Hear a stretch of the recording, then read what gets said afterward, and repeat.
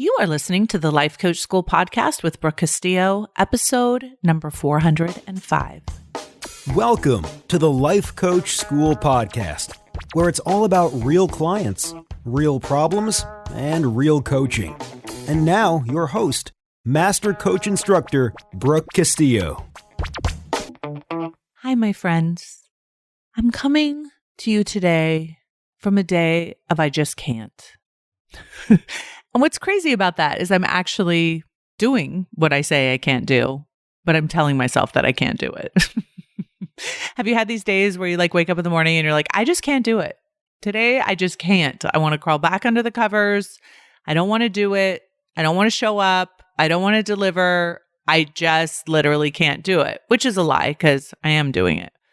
And I want to give you all some tips when you're just mentally, physically at maybe a 5 out of 10. How do you get through your day? How do you handle that?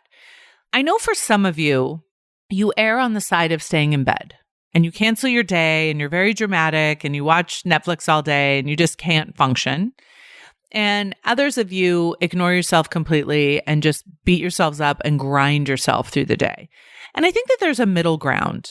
There's a middle ground where you're just not feeling it, but you want to get your work done. You want to take care of it. You don't want to compound your next day by making that worse. You want to get through the day, even though you're just not feeling it. I want to help you with that because I feel like I do that quite well. And I show up even when I say that I can't, but I also take care of myself as I need to take care of myself. So I'm going to give you some tactics.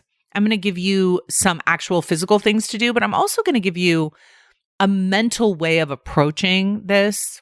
So you know how to take care of yourself and you do take care of yourself, but you also get as much work done as you possibly can while doing that at the same time. Now, I just want to make a caveat here. If you're deathly ill and you need to be in bed, this is not the podcast for you, right? Those days, you're like, there's no doing anything. I literally just can't. This is for more of the I could rally. I just don't feel like it. This is for you, if that's you. And for some of you, this is a daily occurrence. I know for me, if I have a mild cold or I'm not feeling quite right, this could go on for a week where I have to get up and rally myself. You got this. You can do it. You can get through the day. Let's go. And I find that to be more productive and more useful and healthier for me than laying in bed all day. And you'll know what's right for you if you tell yourself the truth. So here's what happens is we wake up and we don't feel right. We don't feel like we're naturally motivated. We don't feel inspired or excited. We just kind of feel, blah. I want to just go to the beach, or I just want to cancel my day, or I just don't want to deal with any of this. When that happens to me, the first thing I do is I get moving a little. And when I start moving, I can really tell, am I really sick? Is there something really wrong with me? Do I need to get back in bed? Or is this a mental, physical thing that I can overcome? And so what I do is I get up and I get moving and I start my routine. I start my day. I take a shower and I get dressed. Now, I do not want you to underestimate how important this is. If you are feeling blah, if you are feeling it is very important, if you're trying to rally, that you get up, you get in the shower, you brush your hair, and you get dressed. This exact thing happened to me today. Put on a really cute dress, got dressed, did my makeup, did my hair, did all the things to make myself presentable to myself. Now, for some of you, this will be the trick. This will be all it takes for you to then go and get your day going. If you're feeling a little bit sick or a little bit run down or something's not quite right, this won't solve it for you, but you will know right away if you're going to be able to get through your day once you have a uniform on. And the way that I like to describe it is it's a uniform for attacking the day. Let's get going. And for me, I like to wear high heels. I like to put on something colorful. I like to curl my hair. I like to make myself look as good as I can, especially when I'm not feeling good on the inside. And so by getting moving a little bit, by getting myself ready, I can kind of track where I'm at. The next thing that I really recommend that you do, and this may be like if you're gonna go work, then you start getting a little work done. For some of you, you may not feel like working out, but going for a walk is a really good way of like touching in with what's going on with your body and what's going on with your mind, is literally taking yourself on a walk outside. Now, I had a friend recently say, I don't walk when it's cold. Okay, listen, it doesn't matter if it's cold outside. It matters if you're cold. And so you have to just have the right materials on your body for walking. I have friends that live in Canada. They make fun of us that when we live in Texas and California because we think it's cold outside. And they explain to us that it's not cold outside when it's 50 degrees. So go outside and get some fresh air. Do not walk on the treadmill. Don't go to the gym. Go outside and interact with the world in a way. Okay, this is all about getting moving again. And so, again, you're not going to do this if you're sick, but if you're just feeling run down or slightly ill or just maybe like I had a little bit of vertigo, a little bit of nausea, like what's going on? Go outside, interact with the day and see if it helps it or changes it or makes it worse. And then you'll know. For me, I like to go out and interact with the earth, with the air outside, and get myself an awareness perspective. And this is really important for many of you who have mild depression or are dealing with anxiety or panic attacks or excessive worry. This is something I've experienced, all of these things. And one of the things that I let myself do is broaden my awareness and witness myself. Here's what it looks like when you're on a walk. If you go on a walk and you let your brain think by itself unsupervised, you will make everything much, much worse. You will either make yourself more depressed or more anxious, because what happens is the brain likes to ruminate. It likes to worry. It likes to produce anxiety. It likes to tell you to go back in the cave. It likes to tell you that you're sick. It likes to feel sorry for you. So do not go on a walk and let your brain be unsupervised. And you don't need to go on a walk and do thought work, but what you can do is go on a walk and witness yourself walking. Pull your awareness away from the specific thoughts that are going on in your brain and witness yourself walking. Witness yourself being in the world. Witness yourself having a life. And one of the things that I do when I'm out walking on a day when I just can't is I just say, this is you having an experience of being a human on a day that's on the other side of 50-50. This is normal. This is part of life. I am watching you experience your humanness. And what this does is it helps me stop being upset about not feeling right. It helps me stop being mad about not feeling good. It helps me not be mad about being anxious or depressed or not feeling physically well. It allows it to be normal. It allows me to experience myself in my not ideal state without comparing it to an ideal state. Because what most of us do is we wake up and we feel off and we feel ugh, and then we start getting mad that we don't feel motivated, that we don't feel better, that we don't feel inspired, that we don't feel beautiful, that we don't feel thin, that we don't feel successful, right? So we don't want to be comparing ourselves to our ideal state. What we want to be doing is witnessing ourselves as human beings having a human experience. The amount of peace and joy and love that can come flooding into you when you have compassion for yourself being a human is extraordinary. And it doesn't mean you start feeling better in that moment. This is what's so crazy about it. It's almost like you still feel kind of like ass, but you have compassion and love for yourself about it, right? So it's like the mixture of those emotions. And I like to picture myself up in the sky, like watching myself having a human life. And sometimes I'm like, aw, look at you having a rundown day, or look at you feeling off. Look at you having anxiety. Look at you having depression. Look at you being mad at the life that you have, and just kind of witnessing it from that place of compassion as I go on a walk. Now, some of you may not want to do this on a walk. Some of you may want to do it while you're meditating. Some of you may want to do it in the shower. But I do want to promise you, when you can back up from yourself and see that these days are normal, this thought process is normal, feeling this way is normal part of human experience, half of your worry will disappear. Because when you wake up and you start thinking there's something wrong with you, and then you're mad because there's something wrong with you will compound it. I'll give you an example of this.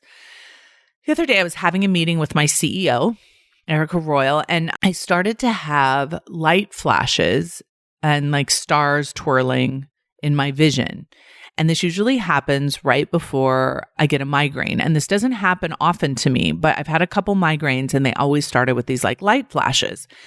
And so I started noticing them and I started feeling myself panicking that I was about to get a migraine. And I was like worried and I was like freaked out. Why are these lights doing this? Why is this happening in my vision? Am I going to be able to complete my day? The day before, I'd had some pretty bad vertigo. I was like, something's probably wrong with me. I probably have a diagnosis. I'm probably going to die. Like all this stuff started happening. And what I did is I just got off the phone with her and I just went and laid down. And one of the things that was really helpful for me is I had asked her, hey, does this ever happen to you? And she said, yeah, that's happened to me before. And it really helped me drop into the place of, this is normal.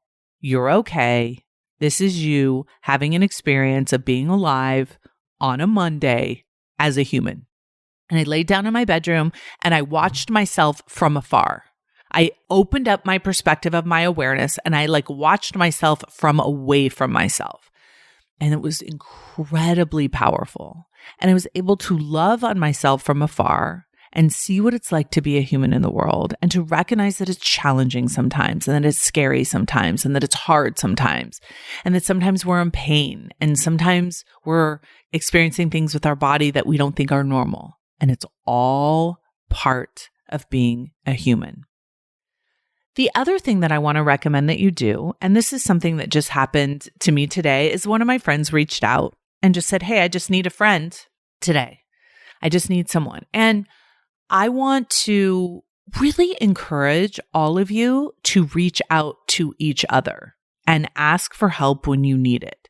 For some of you, that will be reaching out to your coach. For some of you, that will be raising your hand in scholars to get coached. For some of you, it will be reaching out to a friend or a loved one or a family member and just saying, hey, I need you right now. And I want to give you some advice for how to utilize your loving friendships when you're having a day where you just can't. Okay? One of the things that you can do is call them and just complain. And sometimes that will help. I have found that's usually better when you're mad about something, just getting it off your chest. Typically in a day where you feel like you just can't like function, where you're just not feeling right, you're just feeling off, you're feeling maybe physically something. I have found that just talking about what it's like to be a human and telling your friend, you do not need to solve this for me. I do not need you to fix anything. I do not need you to try and talk me out of this. I just want to talk about it out loud. When you're willing to talk about something, this is how you can create space from your situation and your own brain, is talk about it circumstantially. This is exactly what I'm experiencing right now. I'm having these flashes of light in my vision.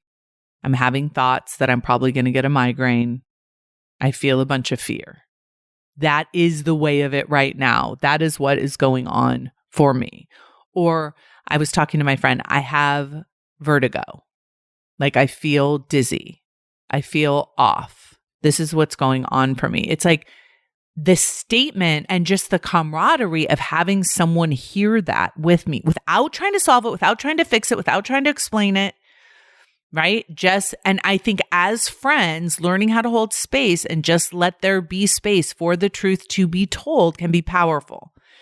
It doesn't mean that we don't offer advice sometimes, and it doesn't mean that we won't, make some suggestions later, but let there be space around the truth first.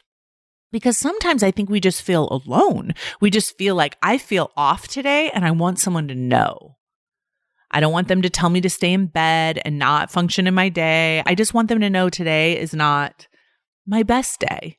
I don't feel that great today and I want someone else to know about it without trying to solve it. Highly, highly recommended. I feel like sometimes when we call our friends and our coaches and they're trying to solve our problems too quickly, it can create even more anxiety and worry that there's something wrong with us. When you separate out your circumstances from your thoughts on days like this, it helps tremendously. So in the previous example, when I was seeing flashes of light and seeing like the spirals of light in my vision, that was just the circumstance. The thoughts were, I'm going to get a migraine, which I ended up not getting a migraine, by the way, because I went and laid down. I'm going to get a migraine. There's something wrong with my brain. This has happened too many times. There's something terribly wrong with me, right? Those were just the thoughts. But the circumstance was innocent. It was just the truth. It was just there. It actually didn't mean what I made it mean.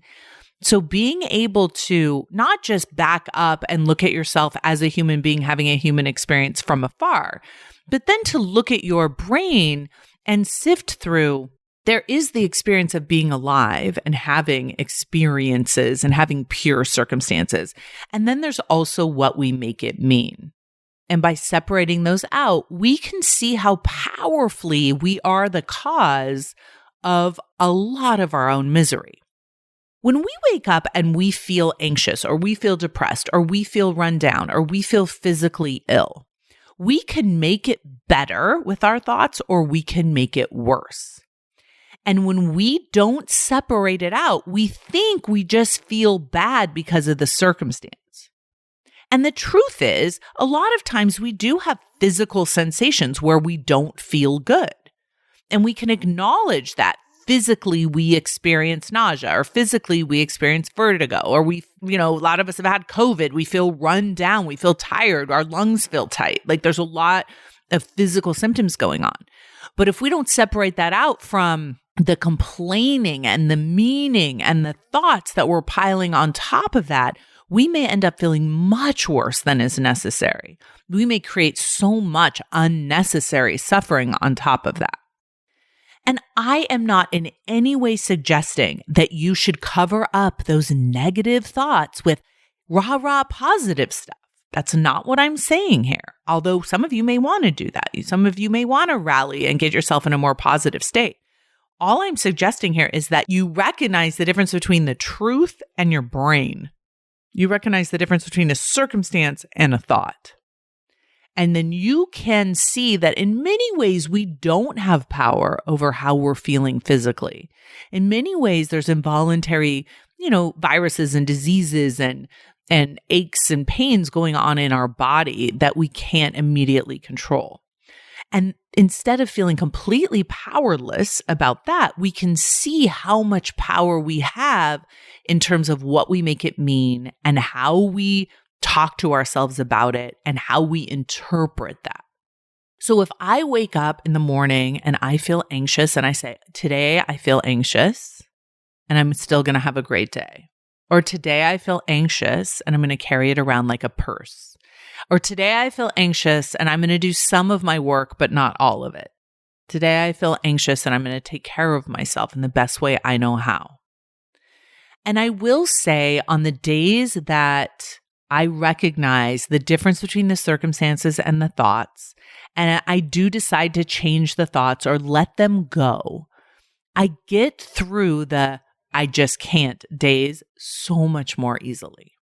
Not by pretending I'm not in pain, not by pretending I'm not ill, not by pretending I'm not run down, but just by acknowledging that there is the truth of that and then there's me making it worse or better. One of the things that I have found, which is surprising, is when I don't feel well, either emotionally or physically, because of, how I've woken up during the day, one of the most powerful things I can do, besides getting up, getting moving, and getting dressed, is having my space around me be clean.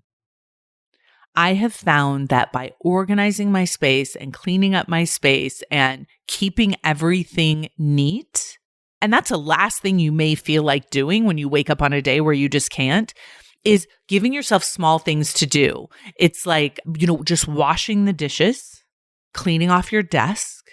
Maybe if, your floor needs vacuuming, like doing, and it doesn't have to be the whole house, but just doing a little bit, creating some results. Because when you let your brain be idle, especially when it has a trigger of something negative, meaning a circumstance that's creating you to not feel well, your brain will be off to the races. And if you give it a small task, a small goal that will give you a result, you'll be able to experience as a new positive circumstance. And I say positive circumstance because that's the way you'll interpret it. It makes a huge difference. I have found this to be really helpful when I'm feeling mildly depressed. I know logically I don't want to clean my house. I don't want to clean anything up. I want to just throw everything all over the place and stay in bed. But when I do small efforts of, wiping off the kitchen counter, organizing the books, putting some things away, I feel this sense of completion, creation, instead of just brain consumption, instead of just brain idleness, creating more negativity. I feel like creating results is powerful on these kind of days because the last thing you feel like is a creator. And the last thing I want to say about a day when you just can't is go to bed early. These are the days where I have seen so many of my clients and myself kind of quote unquote ruin the day at the end by feeling sorry for ourselves. And it can be a buffering palooza if you don't consciously just put the day away, go to bed. A lot of times we justify, well, I'm going to drink, it's been a rough day, or I'm going to eat, it's been a rough day, or I'm going to yell at everyone in the house because it's been a rough day, or I'm just going to leave the house a complete mess because it's been just a rough day. Do not do this to yourself. Make a commitment to go to bed early. End your day early on purpose. Like set an alarm. I'm going to go to bed and end this day that I just can't and lay in bed. Now you may have trouble sleeping. You may still have worry. That's another time when you can kind of go to this awareness exercise where you watch yourself having trouble sleeping. It's like, oh, look at me. I'm a human being having trouble sleeping. I'm going to watch that happen. Or look at me. Can't find anything on Netflix that I enjoy. Look at me being aggravated in my bed. Whatever we can do to just be the witness of ourselves instead of trying to buffer away that pain will increase our skill at being able to manage being a human being. Being a human being means you are some days going to wake up and not want to do your day. You're not going to want to talk to the people. You're not going to want to do the work. You're not going to want to show up on the Zoom call. You're not going to want to go to the store. You're not going to want to pick up the kids. All of it. But if you can keep yourself moving, keeping yourself creating, watching yourself be a human being without judgment, you can decide what you do want to do and what you don't want to do. And at the end of that day, congratulate yourself for being a human being on the other side of 50, on your 50-50 life, and being able to get through that day and then tuck yourself in. You may not have sweet dreams that night, but you can congratulate yourself for being a human being. I feel so many of you right now having days where you're not motivated, you're not excited, and you're not inspired. And I just want to tell you it's okay. I have those days too, where I'm physically just not there. I'm mentally just not there. I just tell myself I can't. And then I go about actually doing it. And you can too. Hopefully some of these suggestions will help you. And if they can't, there's always just pulling those covers over your head and staying in bed for the whole day. But remember that next day's coming. And when that day comes, you're going to have twice as much work and twice as many reasons to beat yourself up. I would appreciate so much if you would try some of these and not beat yourself up. Take care of yourself in the best way you know how and listen. Be a human being. Half the time it's going to be rough, but you got this. Have a beautiful week, everyone. Talk to you soon. Bye. Hey, if you enjoy listening to this podcast, you have to come check out Self-Coaching Scholars. It's my monthly coaching program where we take all this material and we apply it. We take it to the next level and we study it. Join me over at thelifecoachschool.com/join. Make sure you type in the lifecoachschool.com/join. I'd love to have you join me in Self-Coaching Scholars. See you there.